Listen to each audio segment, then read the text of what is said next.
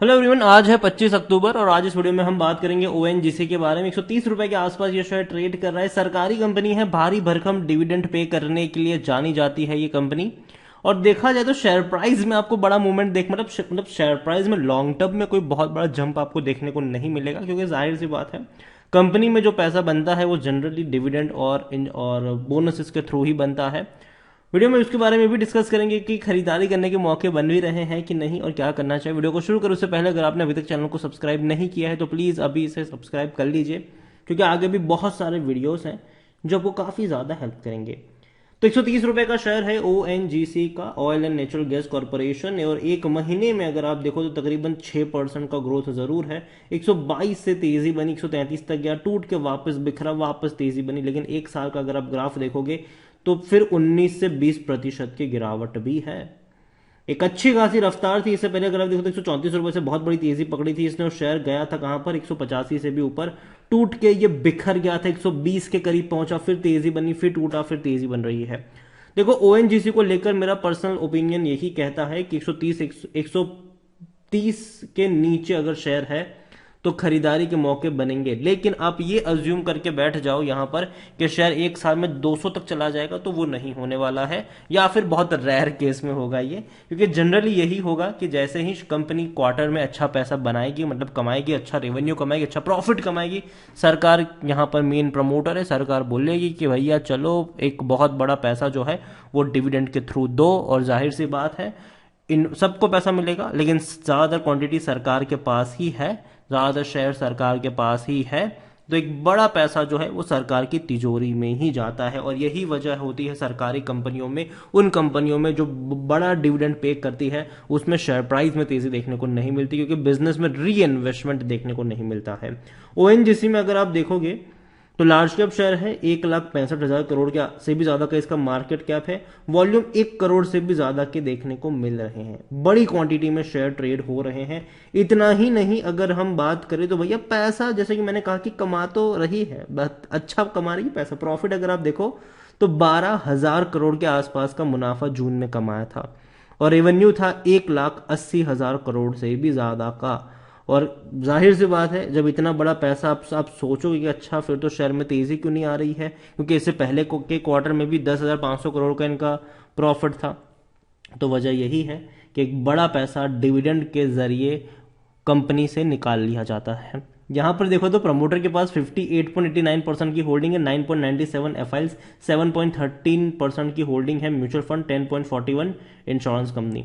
अब देखो तो सब ने खरीदारी करी थी, एफआईएल्स हो, म्यूचुअल फंड हो, इंश्योरेंस कंपनी हो। लेकिन हालांकि जून क्वार्टर की ये बात है, अभी सितंबर में क्या हो रहा है उसकी कोई अपडेट अभी तक आई नहीं है। शेयर होल्डिंग पैटर्न लेटेस्ट अभी तक सितंबर क्वार्टर की नहीं आई है, जैसे ही आएगी डेफिनेटली मैं आपको उसके बारे में भी वीडियो बनाकर बता दूंगा।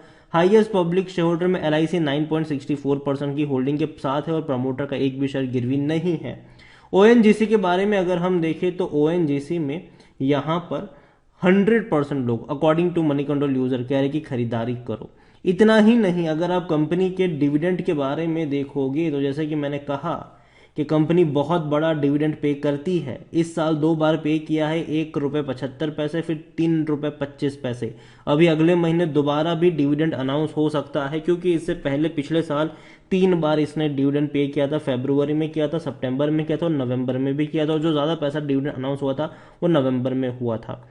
तो उम्मीद करते हैं कि इस बार नवंबर में भी आपको वो चीज देखने को मिल जाएगी। मतलब आप खुद सोचिए कि जो कंपनी साल भर का आपको कम से कम 7 या 8 रुपए डिविडेंड के तौर पर दे रहा है, और आगे भी देने का दमखम रखता है ये, क्योंकि कंपनी प्रॉफिट में है, भारी भरकम प्रॉफिट में है, अच्छा बोनस भी पे करती है। 2016, 2010, 2006 में बोनस भी पे किया है। अगर हम बात करें तो अभी तक इनके नेक्स्ट क्वार्टर के रिजल्ट्स कब आएंगे उसकी कोई डेट सामने नहीं आई है, लेकिन जैसे कोई डेट सामने आएगी डेफिनेटली मैं आपको वीडियो बनाकर उसके बारे में भी अपडेट कर दूंगा। रेवेन्यू इनके लगातार टूट रहे थे, लेकिन 2022 में रेवेन्यू में बहुत बड़ा जंप आया, 4,90,000 करोड़ से भी ज्यादा के रेवेन्यू देखने को मिले। प्रॉफिट भी अगर आप देखो तो 10,000 करोड़ के प्रॉफिट बढ़ के 20,000 करोड़ रहे, फिर 45 से 50,000 करोड़ के आसपास, मतलब काफी बड़ी तेजी हमें देखने को मिली है। अभी भी अगर आप देखोगे तो भैया क्वार्टरली 12,000 करोड़ का मुनाफा इन्होंने पहले क्वार्टर में दिखाया है। अभी भी 3 क्वार्टर बचे हुए हैं, उम्मीद यही है कि और बड़े और अच्छे प्रॉफिट आगे भी ये दिखाएंगे। ओएनजीसी को लेकर देखें तो भैया सस्ता है ये शेयर, 3.64 का पी है, सेक्टर पी 12 से 13 के आसपास है, मतलब सस्ता है, में महंगा तो नहीं ही है। 67% एनालिस्ट जो है वो खरीदारी करने की भी बात यहां पर कर रहे हैं, और खरीदारी करने का सही मौका भी है क्योंकि सर ओवरबोर्ड जोन में नहीं, कोई भी रेड फ्लैग नजर नहीं, अच्छा डिविडेंड पे कर रहा है, लॉन्ग टर्म में पैसा बना है। अगर आपको देखने में लगेगा कि यार कहां पैसा बना है, तो आप मैक्सिमम चार्ट उठा के देख लो। तो हालांकि 2007 में ये 150 रुपए का शेयर था, 155 के आसपास ये ट्रेड कर रहा था, आप खुद देखिए 2007 में, तब से लेकर आप देखोगे क्या गिरावट तो आई है यहां पर। लेकिन 2007 से लेकर अब तक अगर आप देखोगे तो कई बार बोनस डिक्लेयर हो चुका है और कई बार बड़ा डिविडेंड भी पे आउट किया है। अगर उस डिविडेंड को हम काउंट करते हैं तो भैया लोगों का फायदा ही हुआ है। हाँ, उन लोगों का शायद नहीं हुआ होगा जिनकी बाइंग जो थी, मतलब उतना ज्यादा नहीं हुआ होगा जो उनकी बाइंग 2014 में थी, और 300 रुपए के आसपास जिनकी बाइंग थी उनको शायद नहीं हुआ होगा।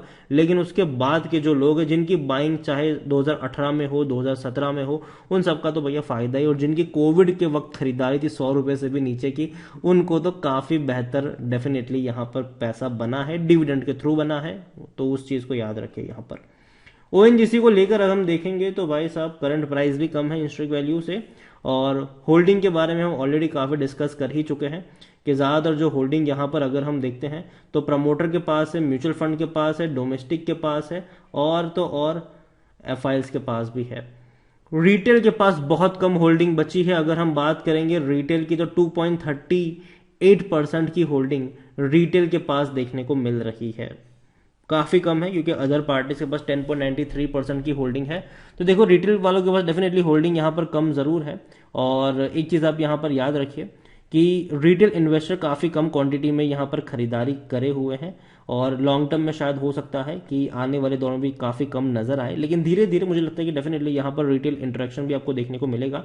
ओएनजीसी देखो बर्बाद होने वाली कंपनी तो ये कतई नहीं है, पहली चीज मैं बता दूं, क्योंकि कंपनी अच्छा प्रॉफिट कर रही है, अच्छा रेवेन्यू भी कंपनी कर रही है, जो कि देखा जाए तो बहुत अच्छी बात है। लेकिन एक चीज यहां पर जो है वो यही कहूंगा कि इसकी वैल्यू कभी अनलॉक नहीं होगी। सरकारी कंपनी है, सरकार हर क्वार्टर में, मतलब सरकार हर साल एक बड़ा पैसा यहां से निकाल लेगी डिविडेंड के तौर पर, तो जाहिर सी बात है उस चीज के बारे में भी ध्यान रखिए। एक और कंपनी ऐसी ही है, वो है Indian oil corporation, ONGC, sorry IOC, 68 rupees पे ये ट्रेड कर रहा है। और यहां पर भी अगर आप चाहते हैं कि मैं इसके बारे में भी एक डिटेल वीडियो लेकर आऊं तो कमेंट में इंडियन ऑयल जरूर लिखेगा।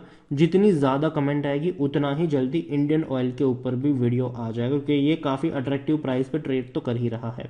तो वीडियो को यहीं पे एंड करूंगा, पसंद आया हो तो लाइक करें, शेयर करें, चैनल अगर पहली बार है तो प्लीज सब्सक्राइब करें, और ओएनजीसी के बारे में आप क्या सोचते हैं वो भी आप मुझे कमेंट में लिखकर बता सकते हैं। Thank you.